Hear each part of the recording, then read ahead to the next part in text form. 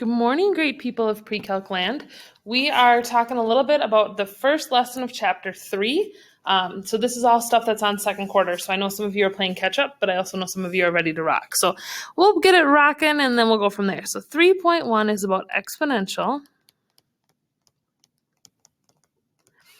and logistic functions. And so the logistics are a little bit new, but what are key characteristics of these functions?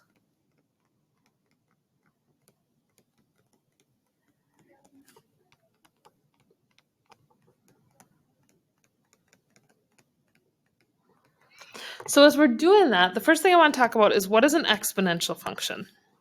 And I know you've seen these and I know you've got a little bit of a good feel for them, but let's just make sure we're all on the same page. So exponential functions, first of all, I'm going to write them as f of x because they are functions, equals a times b to the x. And as we're looking at this, let's just break down some of the language that we're using here. So the x here is our exponent. That's where our variable is going to live in this particular problem.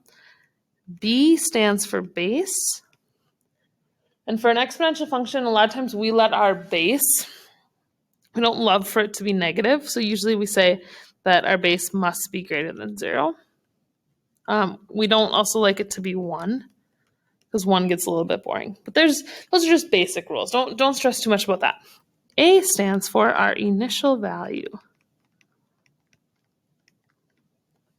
A rule on A can't be 0 because then it wipes everything out. But because it's the initial value, it is the number when x equals 0. So that's kind of cool. Basically, in other words, when we start our function and when x is 0, if we're kicking things off, that's what our A number will be. A couple examples to try and lock some of this in. Here's our first one. Let's say I've got a function, let's say I've got 2 to the x. Well, that is an exponential function. The initial value is 1. The base is 2, and obviously the exponent is x. Here's another example. The initial value is 3. The base is 1/2, and then obviously our exponent. In this one, the initial value is -1. The base is 6. The exponent is x. This is a very different problem than -6 to the x, right? We got to be careful of some PEMDAS rules here. Just because it's nice to be able to compare, here are a couple non-examples. The first one is 6x squared. That's a power function or a monomial. -2 to the third, that does not have an x. That has an exponent but doesn't have a variable. And then something like x plus 5. We don't want anything like that. Okay? So we're going to use our calculator a lot as we go through this. And so your calculator is going to come in handy, but you need to be very mindful of using parentheses on your calculator. So if I gave you this problem, and I asked you to do when x was 0, and when x was 3, and when x was 1/2, that's a little bit annoying. And, let's see. How about, I apologize in advance. I'm going to move mine over a little bit just so I can sneak a fourth one in there. So where were we at? I said when x was 3, when x was 1/2, and when x was -2. I'm going to rely heavily on my calculator. When x is 0, well, I plug in 0 in the x spot. 4 to the 0 is 1. Answer is 3. When x is 3, 4 to the third is 64, times 3 is 192. When x is 1/2, 4 to the 1/2 is like a square root, so that's going to be 2, times 3 is 6, and 4 to the -2, well, negative pulls me into the denominator, so it's 1/16, which when I multiply that by 3 is 3/16. So kind of a quick run through some of those questions. When we talk about exponents, we are going to spend our time looking at exponential growth or exponential decay. Now, if you remember back, I told you that we would not be dealing with negative for our exponents. So exponential growth, to show growth, our base is going to be greater than 1. Decay, we are going to be between 0 and 1, but we never go negative, and we never use 1, because the 1 to the first is 1, 1 to the second is 1, 1 to the third is 1, and it's just a pattern that repeats.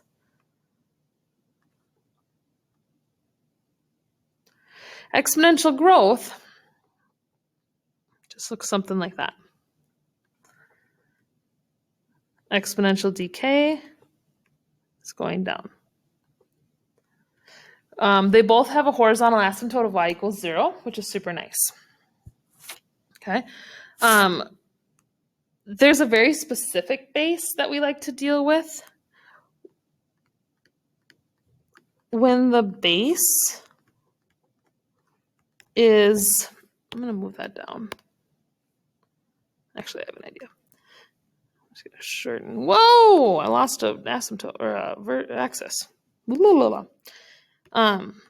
So there's a very specific base we like to talk about. Just giving myself a little more space. When the base is E, we are modeling continuous growth.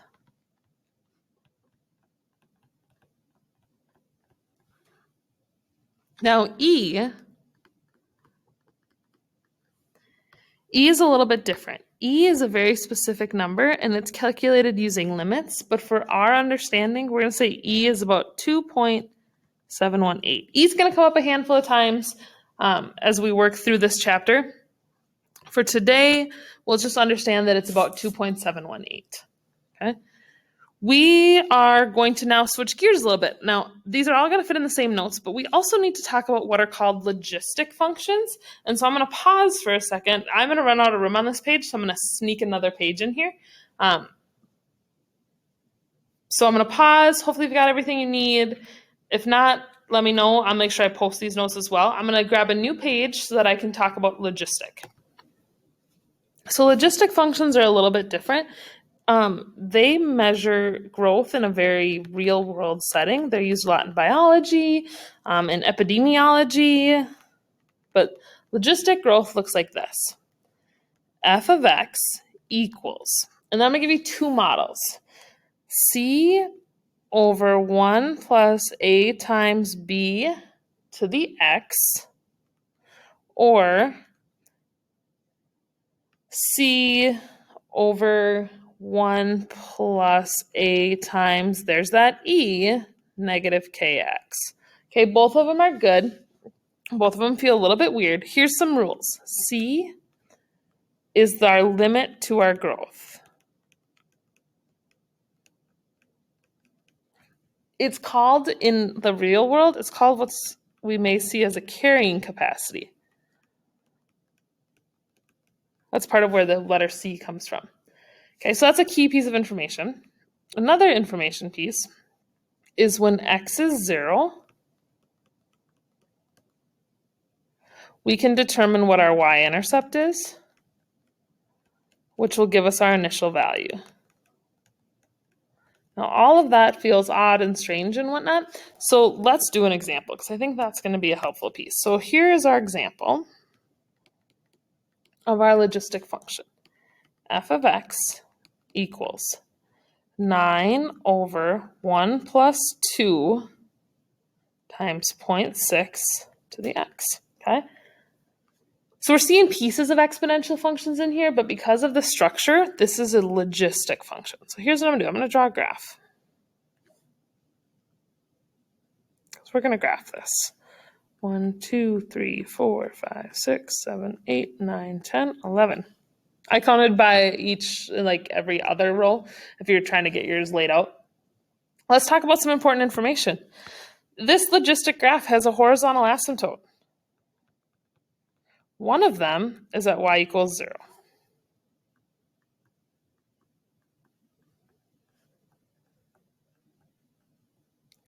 The other is at y equals 9. So let me count 1, 2, 3, 4, 5, 6, 7, 8, 9. again tied to the carrying capacity. So those are two key important points, or two key lines. The other thing that's helpful is my y-intercept, because I can draw a better graph if I know what the y-intercept is. My n is not writing correctly, so it looks like y-ert. Just roll with it. So y-intercept happens when x equals 0. 9 over 1 plus 2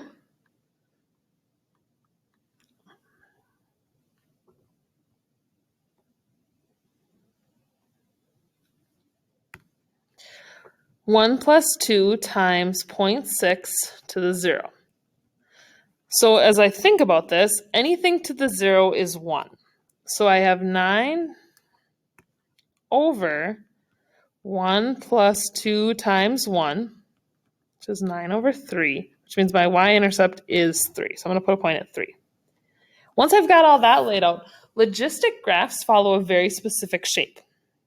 Over here at negative infinity, they're at this horizontal asymptote. And as we go to positive infinity, they're up high at this one. In between there, they kind of follow that sort of a graph. So logistic is a little bit new. Hopefully you're tracking with it and doing great things. Keep me posted if there's anything you need help with.